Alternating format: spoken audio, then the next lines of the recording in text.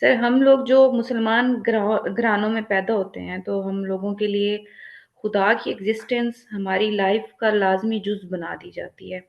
بنا سوچے سمجھے خدا کو ماننا شروع کر دیا جاتا ہے، جس کی وجہ سے ہماری اکثریت اس تعلق کو صحیح سے سمجھ نہیں پاتی۔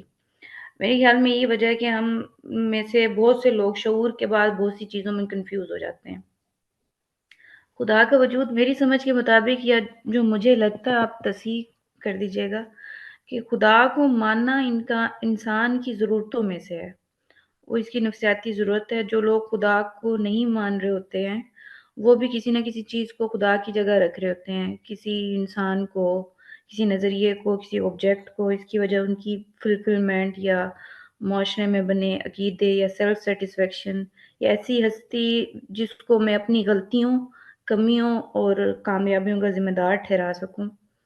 اس کے ساتھ سر یہ چیز بھی ہے کہ انسان جتنا کمزور ہے اس چیز سے بھی نہیں بھاگ سکتا کہ میرے سے زیادہ پاورفل چیز ہے جو اس دنیا کو یا اس کائنات کو بنانے والی ہے۔ یہ انڈرسٹینڈیبل بات ہے، اور مجھے اس دنیا میں سروائیو بھی خود کرنا ہے۔ عدل و انصاف کا قانون مکمل طور پر دنیا میں لاگو نہیں ہوتا۔ جزا و سزا آخرت میں ہی جا کر ملنی ہے۔ جو بھی مشکلات آ رہی ہیں اس کو میں اپنی کوشش سے خود ہی حل کرنا ہے۔ تو سر جب اس دنیا میں نے خود ہی سروائیو کرنا ہے تو خدا تو اوپر سے اتر کے آئیں گے نہیں میرے لیے، یہ میرا سروائیول ہے۔ تو پھر خدا کے وجود کو ماننے نہ ماننے سے کیا فرق پڑتا ہے؟ خدا کو وہ ٹھیک ہے، خدا کو مانتے ہیں، اس کے دیے ہوئے احکامات ہیں یا جو ہدایات ہیں وہ بالکل درست ہیں، ان کو ایکسیپٹ بھی کرتے ہیں، ان میں کوئی خرابی نہیں ہے۔ پر یہ گیو اینڈ ٹیک والا کام نہیں لگتا، کیونکہ میرے سجدے نمازوں کی یا اس کو خدا ماننے کے اعتراف کی اس کو کیا ضرورت ہے؟ وہ تو خدا ہے۔ اس سب سے ایسا لگتا ہے معذرت کے ساتھ کہ خدا نارسسٹ ہے۔ اس کو ہر وقت اپنی خدائی کا اعتراف چاہیے، اپنی بڑائی سننا یا دیکھنا اس کو پسند ہے۔ جتنی باتیں آپ نے فرمائی ہیں اس میں انسان کو سامنے رکھ کر خدا کا تصور قائم کیا گیا ہے۔ یہ بہت بات کا مسئلہ ہے کہ خدا کا تصور کیا ہو۔ پہلی چیز یہ ہے کہ کیا ہم اپنا خالق ماننے کے لیے مجبور ہیں یا نہیں ہیں۔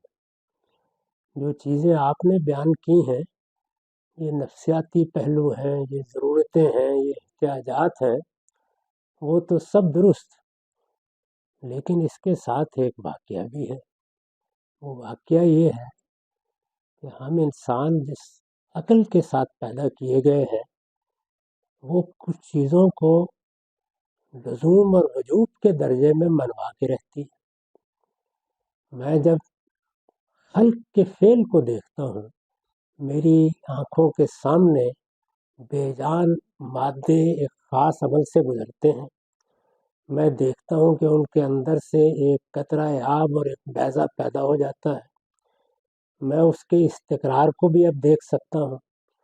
پھر مجھے معلوم ہوتا ہے کہ وہ مختلف مراحل سے گزر کر ایک جیتا جاگتا انسان بن جاتا ہے۔ یہ خلق کا فعل ہے۔ میں نے اس فعل کو دیکھا عقلی لحاظ سے، میں آخر اس سے کیسے نجات پا سکتا ہوں کہ جب فعل ہے تو اس کا فاعل کون ہے؟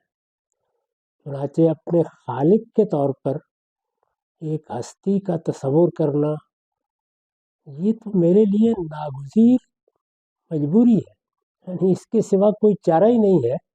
یہ بالکل ایسے ہی ہے کہ میں ایک چیز کو دیکھوں اور اس کے لازمی نتیجے کو ماننے سے انکار کر دوں۔ انسان کے شعور کی ساخت ہی ایسی بنائی گئی ہے کہ وہ کسی اثر کو دیکھ کر مؤثر کا انکار نہیں کر سکتا، کسی فعل کو دیکھ کر اس کے فاعل کا انکار نہیں کر سکتا۔ فعل میرے مشاہدے کی چیز ہے، اس کو میری آنکھیں دیکھتی ہیں، اس کو میرا دماغ جانتا ہے، اس کا میں انکار نہیں کر سکتا، اس کا میں روزانہ مشاہدہ کرتا ہوں۔ یہ کیسے ممکن ہے کہ میں اس اپنے عقلی تقاضے کو فراموش کر دوں؟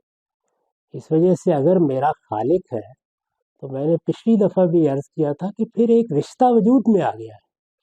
اب صرف اتنی بات رہ گئی کہ وہ خالق کون ہے۔ اس میں آج تک دو ہی باتیں کہی گئی ہیں۔ تیسری بات ابھی تک کوئی نہیں کہی ہے۔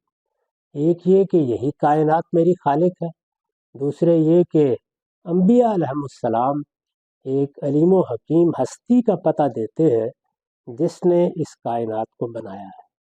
میرے پاس انتخاب ان دو ہی میں ہے، یا میں اس کائناتی کو خالق مانوں گا اور جس طرح چیزوں سے مختلف تاثیرات کا ظہور ہوتا ہے ایسے ہی یہ سمجھ لوں گا کہ یہ میری خالق ہے اور اس سے ان تاثیرات کا ظہور ہو رہا ہے، اور یا انبیاء علیہ السلام کے بارے میں میری عقل مطمئن ہو جائے گی کہ انہوں نے جس علیم و حکیم ہستی کا تصور دیا ہے یا اس کا تعارف کرایا ہے میں اس کو مانوں۔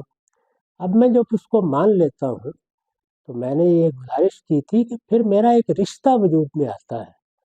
یہ جو کچھ میں کرتا ہوں، یعنی میں اگر تعریف کرتا ہوں، میں اگر شکر ادا کرتا ہوں، میں اگر کسی موقع کے اوپر اپنی کوئی حاجت اس کے سامنے رکھتا ہوں، یا اس سے میں کوئی مناجات کرتا ہوں، یا میں اس سے یہ توقع وابستہ کرتا ہوں کہ وہ مجھے انصاف دے گا، یا اس کی طرف سے اطلاع کے بعد کہ مجھے ابدی زندگی ملنے والی ہے، میں اگر خوش ہوتا ہوں، مطمئن ہوتا ہوں، اس کو قبول کرتا ہوں، تو یہ سب انسانی تقاضے ہیں۔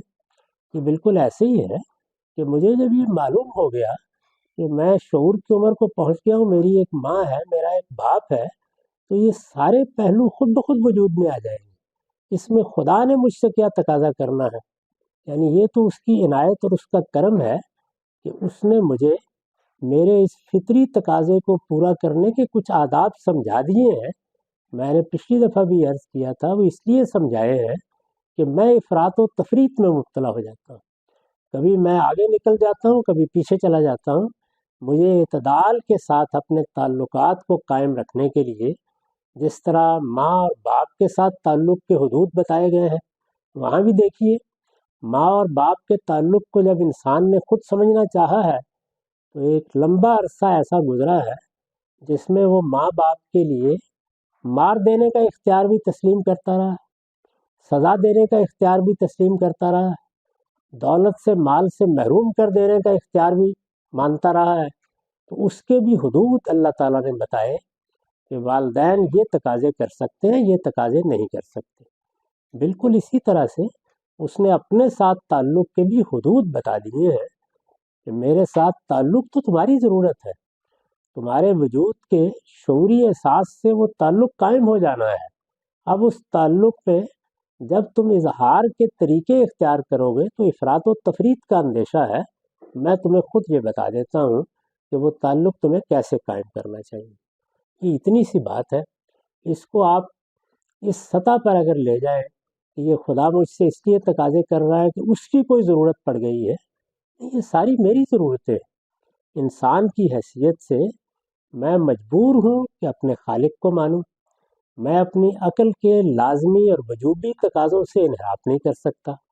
مجھے وہ تلاش کرنا ہے کہ اگر میرا خالق ہے تو کون ہے۔ یہ کیسے ہو سکتا ہے کہ مجھے پتہ چلے کہ میری ایک ماں تھی اور یہ بھی معلوم ہو جائے کہ ایک صاحب اس سے مل کے آئے ہیں اور میں اس کی تلاش میں نہ نکلوں۔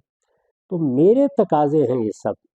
اللہ تعالیٰ نے مجھے جس طرح کا بنایا ہے اس سے کچھ تقاضے پیدا ہو رہے ہیں، اس کے جواب میں پیغمبروں کی بات بھی سنتا ہوں، فلسفیوں کی بات بھی سنتا ہوں، صوفیوں کی بات بھی سنتا ہوں، اور پھر اپنے علم و عقل کی روشنی میں کسی ایک راستے کا انتخاب کر لیتا ہوں۔ اس راستے کا انتخاب کرنے کے بعد میرے اندر وہ فطری جذبات پیدا ہوتے ہیں، فطری احتیاجات پیدا ہوتی ہیں جو میری احتیاجات ہیں، میری ضرورتیں ہیں۔ اللہ تعالیٰ اپنے دین کے ذریعے سے صرف ان میں توازن قائم کرتے ہیں، میری بے اعتدالیوں کو روکتے ہیں اور میری رہنمائی کر دیتے ہیں۔ اس پر تو مجھے شکر گزار ہونا چاہیے۔ اس میں یہ چیز کہاں سے پیدا ہوگی؟ سر آپ نے جو بات کی ہے یہ انسانی رشتوں کے تقاضے ہیں، اور مجھے یہ اس لیے چاہیے کیونکہ مجھے انسانوں کے ساتھ معاملات کرنے ہوتے ہیں دنیا میں۔ یہ اللہ اور انسان کے رشتے میں یہ تقاضا کیوں ہے؟ اس لیے کہ اس سے بھی معاملہ کرنا ہے۔ اس نے ایک اطلاع دے دی ہے کہ تم کو ایک دن میرے پاس آنا ہے، اور میں نے تمہیں یہاں پہ شتر بے مہار نہیں پیدا کیا، میں نے تمہیں ایک امتحان میں ڈالا ہے، میں اس کے صلے میں تم کچھ نتائج تک پہنچانے والا ہوں۔ اب وہ صلہ اگر میرے لیے عقلی لحاظ سے ایک حقیقی چیز بن جاتا ہے تو میں اس کی تیاری کیوں نہیں کروں گا؟ مجھے میرے اساتذہ، میرے گرد و پیش کے لوگ بتاتے ہیں کہ تم نے اپنی جوانی کے زمانے میں اگر کوئی نتیجہ حاصل کرنا ہے تو یہ پڑھنا پڑے گا، یہ سیکھنا پڑے گا، کسی ہنر کو سیکھو گے، کوئی علم حاصل کرو گے، اس کے نتائج کے ساتھ اپنی باقی زندگی گزار سکتے ہو۔ تو جس طرح باقی زندگی کے بارے میں اس ہدایت کو قبول کرتا ہوں خوش دلی کے ساتھ، ماں باپ بتاتے ہیں اس کو قبول کرتا ہوں، اساتذہ بتاتے ہیں اس کو قبول کرتا ہوں، تو جب مجھے میرے پروردگار کی طرف سے یہ بتا دیا گیا اور میرا اطمینان ہو گیا اس اطلاع پر کہ وہ اطلاع صحیح ہے، تو ظاہر ہے کہ پھر میں اس اطلاع میں تیاری کروں گا تاکہ میں کامیاب ہو سکوں۔ تو میرا تو اس سے بھی بڑا تعلق پیدا ہو گیا ہے، یعنی والدین کے ساتھ تو میرے تعلق کے نتائج 50-60 سال تک محیط تھے، یہ تو ایک ایسی ہستی کے ساتھ تعلق پیدا ہو گیا ہے جس کے ساتھ اب مجھے ابدی حیات میں شریک ہونا ہے۔ اس سے بڑا تعلق کیا ہو سکتا ہے؟